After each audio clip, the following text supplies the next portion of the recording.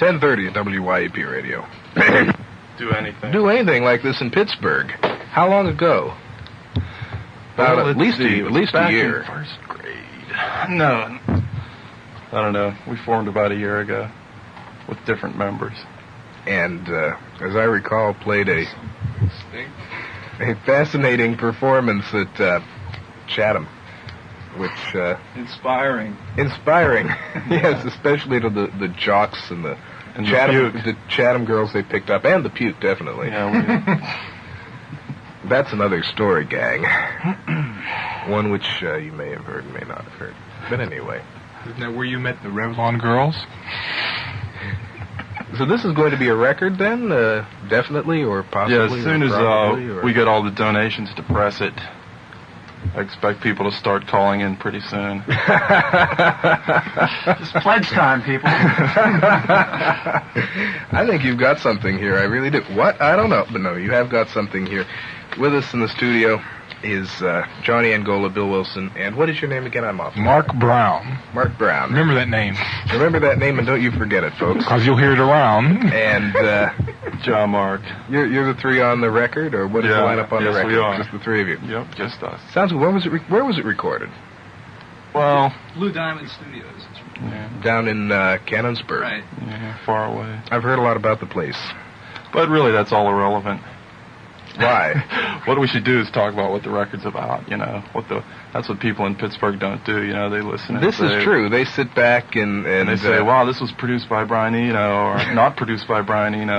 They're not paying... Now, I know where you're coming from because I have read your manifestos in Flip Side, of which Mr. Angola is an editor and correspondent. And as you said in Flipside magazine, it's not really about just passive sitting there and listening. It's also about doing something and taking positive action. What inspired Curfew Time was, one day I came back from New York, you know, and I was listening to, my mom just happened to tune into WWSW, one of their phone-in votes. And Fine American Institution. Right. And they had...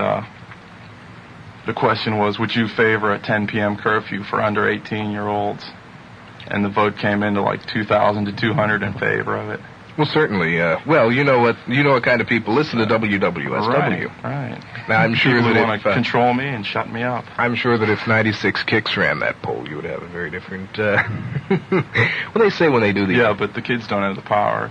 This is the true. old folks that do. And they're the ones that can impose the curfews. Right, guys? Yeah. Amen. Have you heard what they're doing in, where did I hear that they were doing it? England? Auschwitz? No. Rochester, New York, they have a thing where if you are picked up for loitering, and I think it's Rochester, New York, they sentence you to 30 days at home. I'm serious. That would they sentence you to 30 nights at home. No chance. No chance for parole. With TV. Yes. That's a curse. And Revlon Girls, what is the story behind that? Is that an anti... Tell them, John. An anti-fashion song? It's actually anti-disco. Well, what have you got against disco? It's Actually, it's anti-fashion, I think. It's just about pretty girls with makeup on.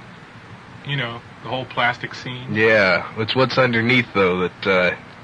Would you say that these people can be charged with deceptive advertising? Because once you get them and get the makeup off, well, it might not be what you expected. Yeah. Exactly. Yeah, we'll probably get sued if we ever put that out. We're getting silly here. Yeah, Revlon will take you to the cleaners. Well, we don't have any money, so they can take us to the dryers, too, but they won't get a cent on it. Oh, my goodness. I was reading part of the official biography, speaking of Revlon, of the man that... Charles Revson, the man that founded the company. Yeah. And supposedly he would, every now and then, in keeping with the latest trends in fashion, you might find this interesting, he would design a different decor for the reception area offices of Revlon and hire receptionists and secretaries with matching hair color.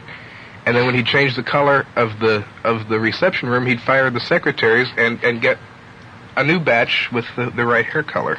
Typical. Well, you know, interchangeable parts, part of the furniture.